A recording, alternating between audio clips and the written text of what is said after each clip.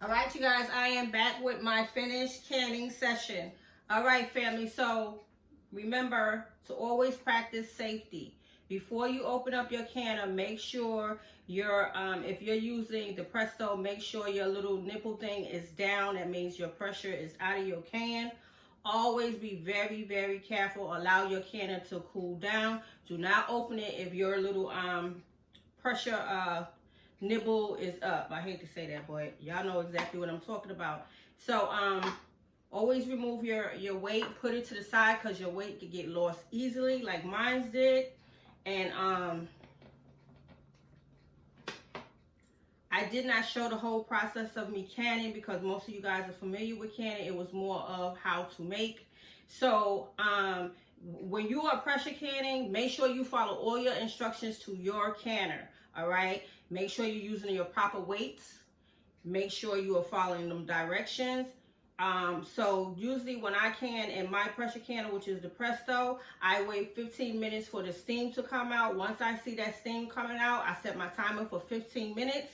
Then after the 15 minutes is up, I add my weight. Once your weight begins to jiggle and it goes a little bit crazy, you want to, at that point, turn it down to where you're just getting a slow motion, but it's not going crazy, okay?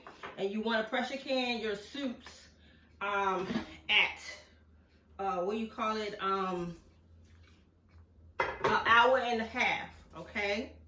Make sure when you are removing your jars, you have something to hold the bottom of your jars. Do not tip your jars, tilt them to the side or try to pick them up the wrong way. You don't want to be doing that. And I was learning that as I began to learn how to pressure can. So make sure you have a really good grip on your jars. So this is what it's looking like. Be careful. These are extremely hot.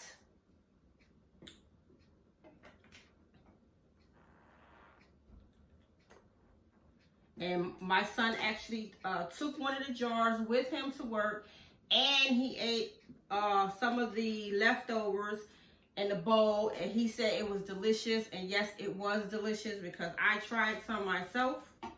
And whenever you get ready to eat your chicken tortilla soup, remember I told you could top dress it up, make it more flavorful, add the cheese, add the sour cream, put a pinch of lime in there if you want. Okay, so there you have it, my 7 quart size jars of chicken tortilla soup. So now what I'm going to do is wash my canner out really well. And also, you guys, when you are canning, do not forget to put your apple cider vinegar or some type of vinegar in your water. See, you hear them popping? They started popping before I even opened them up. So do not forget to put your vinegar in your water, because that will help keep your jars nice and clear. All right, so this is my canning session for today. I also wanted to share the 3 books that I use to can. One is the Presto Canner book that has several recipes that I like in here. This one is the Canning Preserve by Kay Nita. And I really love this book because it's very, very simple, and it has great, great recipes in here as well.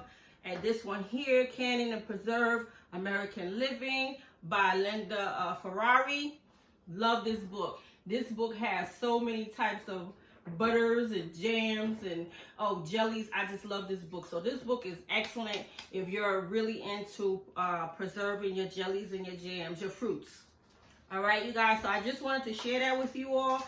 I hope you guys enjoyed this canning session with SEK in the kitchen today. And make sure you try the recipe. The recipe is below in the description box. And make sure you try it and let me know how you guys liked it. Like I said, these are not gonna last. But I want to say thank you for tuning into my channel and continuing this journey with me.